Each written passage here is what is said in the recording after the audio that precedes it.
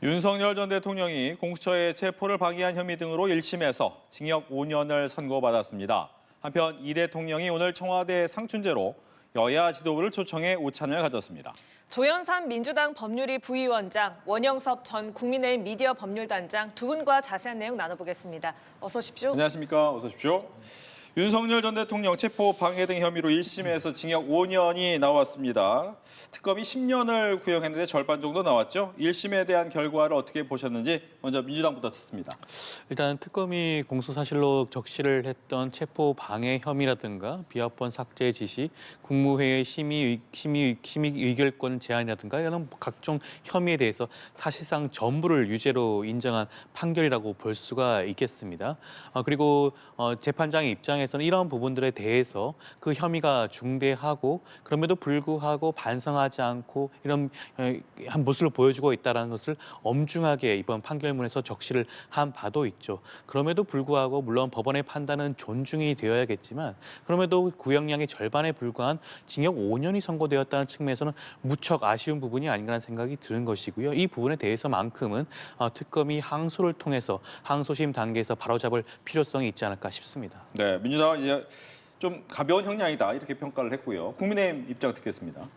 기본적으로 판결문을 보면서 공수처의 변호인이 쓸 만한 그런 논리와 문장들로 가득 차 있다라고 볼 수밖에 없었고요. 기본적으로 이 사건은 내란죄에 관련한 판결을 보고 그리고 나서 직권남용이나 그 외의 판결을 봐야 되는 게 논리적인 순서였습니다. 그런데 처음부터 이 백대현 판사는 내란죄보다 먼저 판결 선고일을 잡았고 지금 내란죄 관련해서 본인이 심판하지도 않는 내란죄에 대한 유죄 심정을 가지고 이 판결문을 썼다는 점에서 제가 볼 때는 뭐 공정한 판결이라고 보기는 굉장히 어렵고요. 그리고 곳곳에서 그런 논리적인 모순이나 비약 등이 굉장히 많이 보이는 그런 판결문이라고 볼 수밖에 없습니다. 네, 말씀하신 것처럼 1심 재판부에서는 윤 전 대통령의 5가지 혐의에 대해서 대부분 유죄 판결을 내렸습니다. 이에 대한 윤 전 대통령의 반응을 보면 굉장히 굳은 표정으로 있다가 한숨을 내쉬기도 하고 또 눈을 질끈 감기도 하는 그런 모습을 보여줬는데 이 재판 기간 동안에 굉장히 시간도 많이 들여서 적극적으로 변론을 펼쳤었잖아요. 이 유죄 판단을 예상을 못했을까요? 아무래도 그런 것으로 보여집니다. 그렇기 때문에 재판을 마친 다음에 윤석열 전 대통령 측 변호인들조차도 강변하는 그러한 모습을 보여주기도 했죠. 즉각적으로 항소를 그냥 예고하지 않았겠습니까? 지난번 구형을 할 때만 하더라도 윤석열 전 대통령 입장에서는 뭐 미소를 띠는 그러한 모습도 보여주기도 했어요.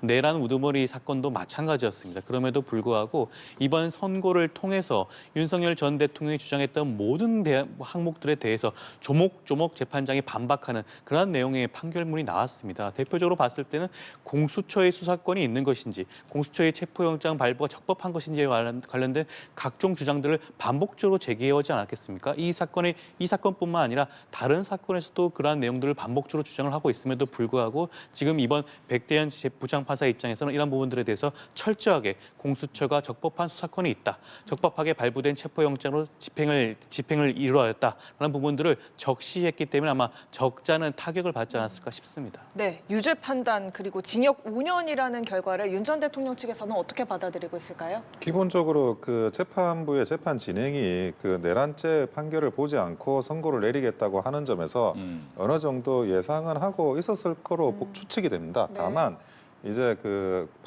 판사가 이제 그동안 진행만 하다가 그게 아니라 그 판결문을 읽어 나가는데 한 30분 이상 읽은 것 같아요. 그렇죠. 그렇게 이제 뭐 한마디로 그 피고인이 돼가지고 판사로부터 직접 판단을 그렇게 오래 듣다 보면 뭐 기분이 언짢아지는 게 어쩔 수 없는 그런 상황입니다. 예, 그래서 그런 이야기들 뭐 특히나 논리적으로 좀 비약이 많고 그리고 뭐 대부분의 그런 부분에 있어가지고 유죄 판단을 이렇게 계속 그 내려나가는 그런 과정을 보면서 뭐 그 예상을 못했다라는 게 아니라 예상을 설사 했다고 하더라도 그런 걸 실제로 당하게 되면 마음이 좋지는 않겠죠. 그런 거에 대한 어떤 표정이라고 보여집니다. 예.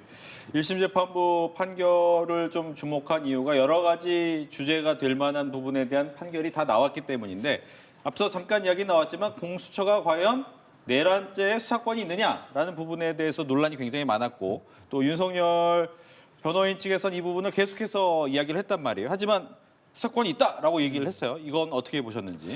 이번 체포 방해 사건의 경우에는 공수처가 수사권이 있는지 없는지 여부가 가장 핵심적인 쟁점이라고 할 수가 있겠습니다. 만약에 공수처가 그런 수사권과 그런 체포영장 발부가 적법하지 않았다고 본다고 한다면 체포 방해 혐의 자체가 인정이 될 수가 없겠죠. 그렇기 때문에 아마 재판부 입장에서도 이 부분에 대해서 공들여서 아마 판결문을 작성을 한 것이 아닌가라고 그렇게 느껴지고 보여지기도 하는 부분이라고 하겠고요.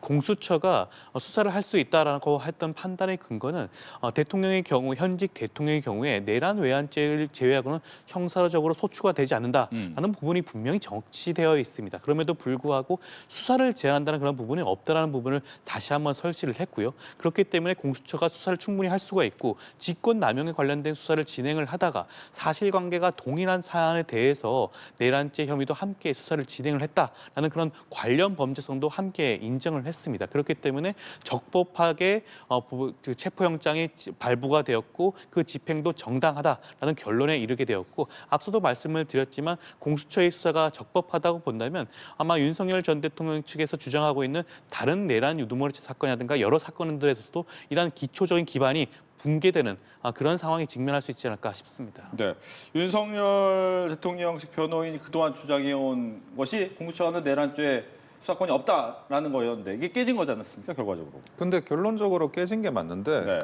그 결론에 도달하기 위한 법리나 이런 것들은 굉장히 조악한 부분이 있습니다. 어떤 부분이냐면 사실관계가 동일하고 수사 과정에서 자연스럽게 드러날 수밖에 없다. 그러니까 그 수사권이 있다는 건데 사실관계가 동일하지 않아요. 직권남용하고 내란죄는 전혀 사실관계가 다릅니다. 무슨 말이냐? 내란죄는 국헌문란의 목적이 있어야 됩니다. 국헌문란의 목적이라는 건 비상계엄 이후의 상황이 아닌 비상계엄에 이르게 되는 그 경위에서 목적을 추단해내야 되는데 그러면 그건 뭐냐?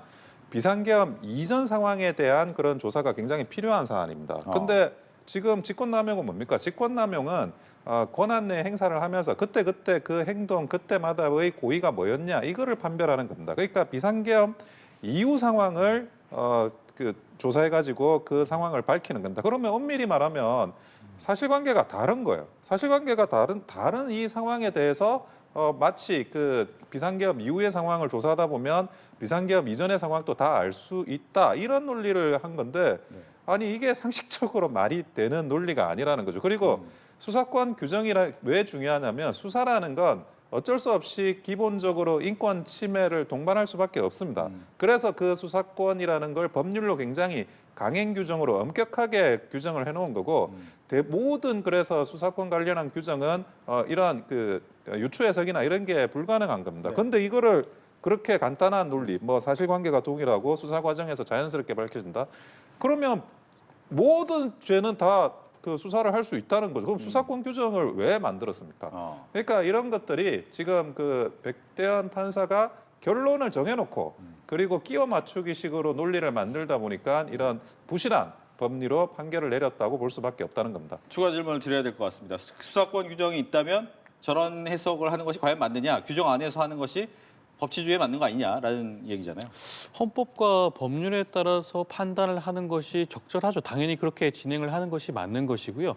직권남용을 수사를 할 권한은 분명히 공수처에게 있습니다. 직권남용죄의 경우에도 내란 행위와 관련된 직권남용죄 혐의를 수사를 진행했던 부분이고요. 그렇다고 한다면 그 과정에서 이것이 직권남용에 그치는 것이 아니라 내란죄에 해당이 될 수 있다는 것이 판단이 선다고 한다면 충분히 공수처가 그 부분도 수사를 진행을 할 수가 있다고 봐야겠죠. 그렇기 때문에 공수처법 관련 규정에도 관련 범죄 혐의에 대해서 수사를 할 수가 있다고 적시가 되어 있는 겁니다. 이러한 부분들을 충분히 입법자 입장에서는 충분히 예견했다라고 볼 수가 있는 부분이고요. 그렇기 때문에 이번 재판부 입장에서도 이러한 부분들을 충분히 인정할 수가 있다라고 판단한 것으로 보여지는 것이고요.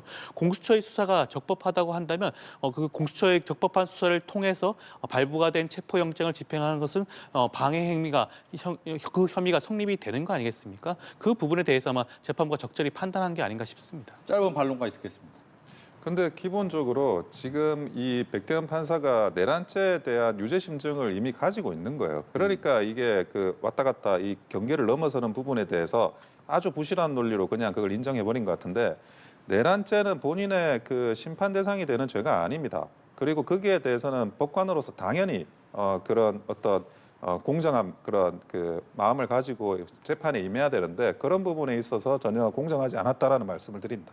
네, 알겠습니다. 개엄 전에 있었던 국무회의의 적법성을 따져본 부분에 있어서도 재판부에서는 이 당시에 일부에게만 소집 통보를 했던 것이 특정 국무위원들의 심의권을 침해한 명백한 직권 남용이다라고 판시를 했습니다.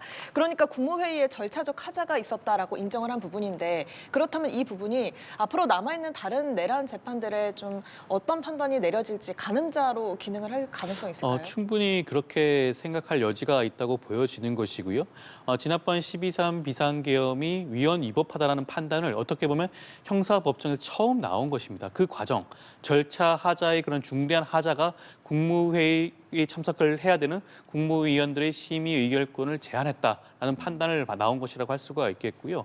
국무위원들의 경우에는 사실 대통령을 보좌하는 기관으로서 전반적으로 모든 부분들에 대해서 심의를 할 필요성이 당연히 있는 것입니다. 그렇다고 한다면 전부에 대해서 소집 통지를 해야 되는 것이고요. 물론 지금 재판부 입장에서는 소집 통지를 하되 소집 통지에 응하지 않고 오지 않은 경우에는 죄가 되지 않는다라는 판단을 했습니다. 물론 이 부분도 항소심 단계에서 다시 한번 살펴봐야 될 법리적으로 따져봐야 될 문제긴 하지만 국무위원들이 심의하고 의결할 수 있는 권한을 인정했다는 측면에서는 아마 다른 윤석열 전 대통령의 다른 사건에서도 충분히 영향을 줄 수 있는 그런 부분이 아닌가 싶습니다. 네, 국무회의가 적법했냐 아니냐 이 부분이 비상계엄 위법성의 좀 기준이 될 수 있는 부분이잖아요. 이번 판단이 다른 부분에 영향을 미칠까요?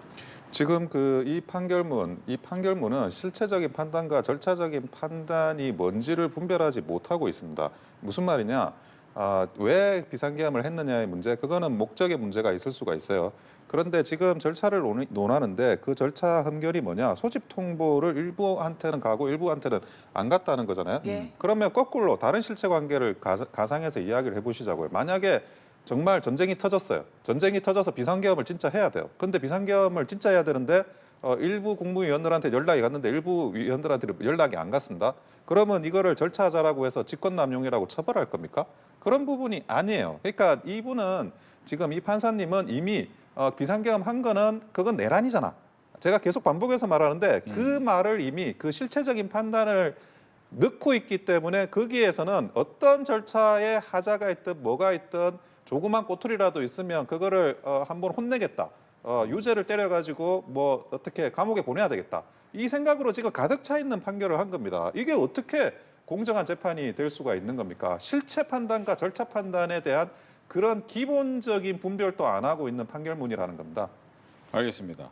또 하나는 이제 사후 계엄 선포문 작성 폐기, 또 유죄, 비화본 기록 삭제 이 부분도 유죄라고 했는데 여기에 대한 이야기까지도 듣겠습니다. 일단 재판부 입장에서는 사후 비상계엄 선포문과 관련해서 살펴보게 되면 그 부분 반드시 이루어져야 되는 부분이라는 생각을 가지고 있었던 겁니다. 형식적으로는 그러한 절차를 밟았어야 함에도 불구하고 뒤늦게 이러한 부분들을 메우기 위해서 그러한 뒤늦게 이러한 문서를 작성을 한 거 아니겠습니까? 그 작성 과정에서 한덕수 전 총리가 개입이 되어 있다는 부분도 이번에 같이 적시가 되어 있는 부분이고요. 다만 아쉬운 부분은 여기에 대해서 윤석열 전 대통령이 개입하지 않았다라는 부분을 근거로 들고 있는데 그 부분은 무척 아쉬운 부분이라고 할 수가 있겠습니다. 어떻게 부속실장이 현직 대통령의 그런 구체적인 지시 없이 이런 문건들을 생성하고 작성하고 날인을 받을 수가 있겠습니까? 이러한 부분들에 대해서는 아마 항소심 단계에서라도 충분히 검토가 필요한 부분이 아닌가라는 말씀도 드리고 싶습니다. 예. 이것도 마찬가지입니다. 아니 정말 전쟁이 났어요. 비상계엄 해야 됩니다. 그런데 계엄 선포문을 뭐 조금 사실관계하고 다르게 썼다 그래가지고 그러면 나중에 돌아와가지고 허위 공문서 작성이다 이런 식으로 처벌한다는 이야기인데 그것도 마찬가지로 실체와 절차라는 그런 기본적인 분별을 안 하고 있다라는 말씀을 드리고 비화폰 기록을 삭제하라는 지시가 유죄라고 하는 건데 비화폰이 뭡니까? 비화폰은 그 통화 내역이나 이런 것들을 모르게 하는 기능을 갖추고 있는 그것이 바로 비화폰입니다. 그런데 그 모르게 만드는 거를 나중에 압수수색 영장 나오면 증거로 제출해야 되니까 모르게 하지 말라고 하는 거는 글쎄요. 이게 태양광 손전등하고 비슷한 이야기죠. 태양광이 있어야 손전등이 돌아가는 그러면 태양광이 있는데 손전등이 왜 필요합니까? 논리적인 모순 그러니까 목적과 수단과 절차와 이런 것들을 뒤죽박죽 해가지고 지금 판결 내린 그런 상황입니다. 네, 무죄 판단이 나온 부분도 살펴보겠습니다. 허위 언론 홍보 혐의에 관해서는 무죄 판단이 나왔는데, 그러니까 해외 공보관이 대통령의 지시를 따를 의무가 있지 이 보도 자료가 허위냐 아니냐 이런 거를 판단할 만한 역할은 아니다 이렇게 본 거죠. 그렇다고 할 수가 있는데 그 부분도 좀 무척 아쉬운 부분이 아닌가라는 생각이 듭니다. 그렇다고 한다면 사실상 대통령실에 있는 청와대에 있는 공보관 입장에서는 어떠한 허위 사실이라고 하더라도 이를 보도 자료로 배포를 해야 되는 의무가 있다라고 규정이 될 수가 있는 부분이기도 하거든요. 그 부분에 대해서는 그러면 함께 책임을 질 수 있는 그러한 주체가 되지 못한다고 할 수가 있겠습니다. 그런 부분들에 대해서는 항소심 단계에서 저는 그 부분도 항소를 통해서 밝혀내어 판단을 받아봐야 될 필요성이 있다고 보여지는 것이고요. 앞서 제가 비화폰 관련돼서 말씀을 못 드렸던 것 같은데 비화폰 삭제의 경우에는 이미 수사기관 입장에서 그 부분에 대해서 수사를 진행을 하고 관련해서 압수수색 영장을 발부받을 그런 상황이었습니다. 그리고 경호처 내부 과정에서도 비화폰 관련된 내용을 삭제하는 것이 추후에 증거인멸의 소지가 있다는 그런 보고가 올라간 상황이었어요. 그럼에도 불구하고 비화폰 삭제를 지시했다는 것 자체에 대해서 재판부가 그 범죄 혐의를 인정한 것이 아닌가 생각이 듭니다. 네, 무죄 판단이 나온 부분에 대해서 좀 아쉽다는 말씀을 하셨는데 어떻게 들으셨는지요? 아니 상식적으로 이 해외 공보관이라는 분이 자기한테 들어오는 정보에 대해서 내가 이거에 대한 허위 여부, 뭐 적법 여부를 따져서 뭘 해야 되겠다라고 하면 글쎄요. 그러면 그 공보를 하는 게 제대로 이루어질 수 있을까요? 이분이 지금 해외 공보관이라고 하는 거는 일종의 스피커지 않습니까? 물론 그 잘못된 정보를 만약에 100에 하나 줬다 그렇다 하더라도 잘못된 정보를 준 사람에게 처벌을 따져야지 어떻게 그거에 대해서 뭐 그런 어떤 실무적인 그 검토 의무가 있지도 않은 사람한테 왜 너가 그렇게 공부했냐 이렇게 따지는 거는 처음부터 사실은 말도 안 되는 상황이었는데 굉장히 공수처나 특검에서 무리하게 기소하고 무리하게 수사하고 무리하게 공소를 유지했다고 보여집니다. 예. 윤석열 전 대통령 측 변호인단은 정치화된 판결이다라면서 강력한 유감을 표시하고 항소 계획을 밝혔는데 특검은 과연 항소를 할 것인가? 아무래도 10년 구형했기 때문에 항소 가능성이 좀 있지 않을까 생각이 드는데. 양형적인 측면에서도 항소의 필요성이 반드시 있어 보이고요. 일부 무죄가 나온 부분도 있기 때문에 그 부분에 대해서 항소심 단계에서 법적인 판단을 받아볼 필요성도 있습니다. 그렇기 때문에 특검도 마찬가지로 항소를 제기해야 될 필요성이 있다고 보여지는 것이고요. 지금 윤석열 전 대통령 측 변호인단 입장에서는 이 문제에 대해서 정치화를 하고 있는데 저는 그것이 아니라 오히려 이 사건을 정치 사건으로 만들고 있는 것은 윤석열 전 대통령 측이 아닌가 싶습니다. 사실관계를 명확히 확인하고 그렇기 위해서는 이 사건을 조속하게 마무리시켜야 함에도 불구하고 사건을 굉장히 지연시키지 않았습니까? 이번 체포방해 사건의 경우에도 종결을 막기 위해서 무수한 증거 채택을 요구를 하고 증인 신청을 하고 문서 제출 명령 신청을 반복적으로 제기를 했습니다. 그럼에도 불구하고 이 사건을 정치 판단이라고 주장을 하는 것은 어불성설이 아닌가라는 생각이 드는 것이고요. 오히려 이 사건을 정치화하는 것은 윤석열 전 대통령 측이라는 말씀을 드리고 싶습니다. 예. 기본적으로 그 공정한 판결문이라는 거는 공정한 재판 그리고 공정한 법리를 통해서 만들어집니다. 그 결론이 한쪽에 지극히 부당하다고 하더라도 그 과정이 공정하면 사실 제3자적 입장에서는 이거는 그래도 공정했구나라고 판단을 할 수밖에 없는데 지금 과정이 공정합니까? 아까도 말씀드렸다시피 이거는 내란죄의 판결을 보고 그 다음에 판결이 내려질 논리적으로 그런 판결이었습니다. 그런데 그거를 앞서서 먼저 판결하겠다고 하는 그런 식으로 이 과정을 짰다는 것 자체가 지금 굉장히 불공정하다고 볼 수밖에 없고 그리고 판사는 내가 저 사람을 혼내줘야지 저 사람을 뭐 응징해야지 이런 마음이 있으면 안 됩니다. 그게 사회적으로 뭐 여론적으로 또는 그게 뭐 민의가 뭐 어떻다 저떻다 뭐 그런 일이 설사 있다고 하더라도 그거는 국회에서 정치인들이 해야 되는 몫이고 판사는 자기가 냉정하게 법과 원칙과 정거에 따라서 판단을 하는 겁니다. 그리고 내가 가지고 있는 이 판단과 내가 진행하고 있는 이 소송 과정이 혹시라도 다른 사람들한테 오해를 불러일으키지 않을까를 끊임없이 조심하면서 판결을 내려야 되는데 본인이 지금 뭐 작은 영웅이 된 듯이 이렇게 판결을 내리며 이게 어떻게 대한민국의 사법이 바로 서는 그런 판결이라고 볼 수가 있겠습니까? 굉장히 정치화된 판결이라고 보여집니다. 네, 두 분 모두 윤 전 대통령 측도 그리고 특검 측도 항소를 할 거다라고 예상을 내놔주셨는데 그렇다면 이렇게 좀 여쭤볼게요. 1심에서는 일단 대부분 유죄 판단이 나오지 않았습니까? 2심으로 갔을 때 이 판단이 뒤집힐 가능성 어느 정도나 된다고 보세요?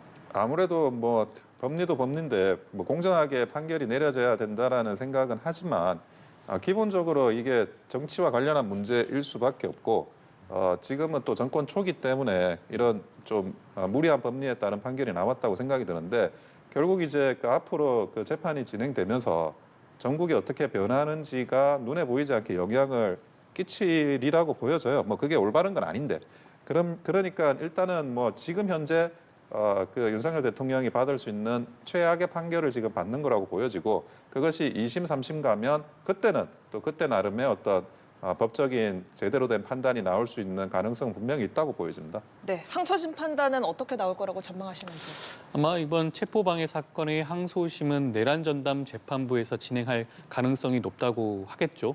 아마 그 내란 사건 전담 재판부의 경우에는 아마 지금 조만간 또 선고가 나게 되는 내란 우두머리죄 사건의 그런 재판도 함께 병합해서 진행할 가능성이 있습니다.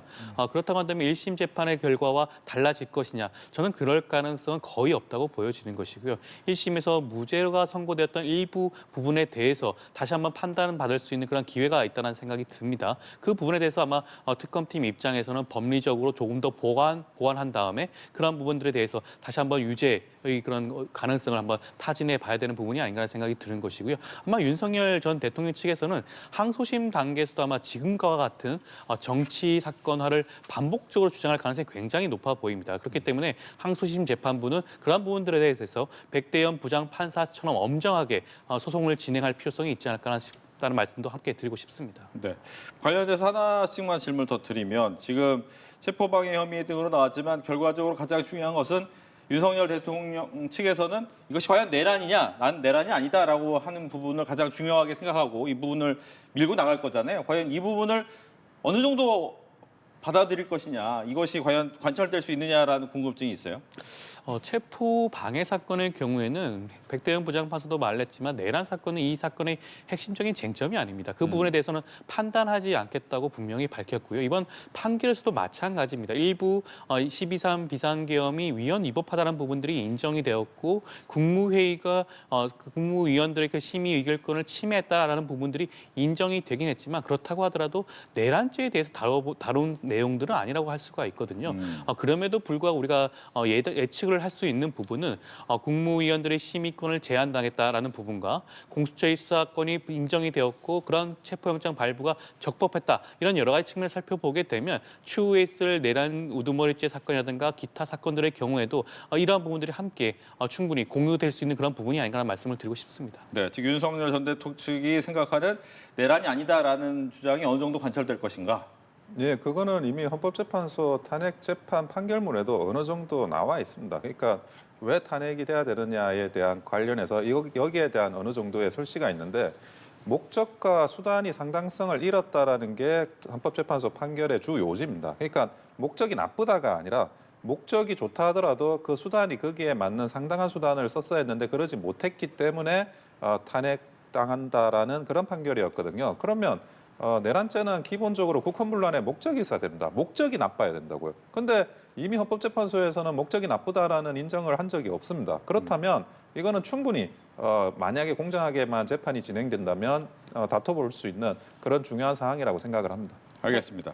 다음으로는 오늘 있었던 이재명 대통령의 여야 오찬 회동으로 넘어가도록 하겠습니다. 국민의힘 지도부는 불참을 했는데 이재명 대통령과 여야 지도부의 오찬 회동이 있었습니다. 여러 가지 의견은 나왔고 국민의힘 입장에서는 1야당을 왜 배제했느냐라는 부분에 대한 혹평도 있었습니다. 여기에 대한 얘기도 듣겠습니다.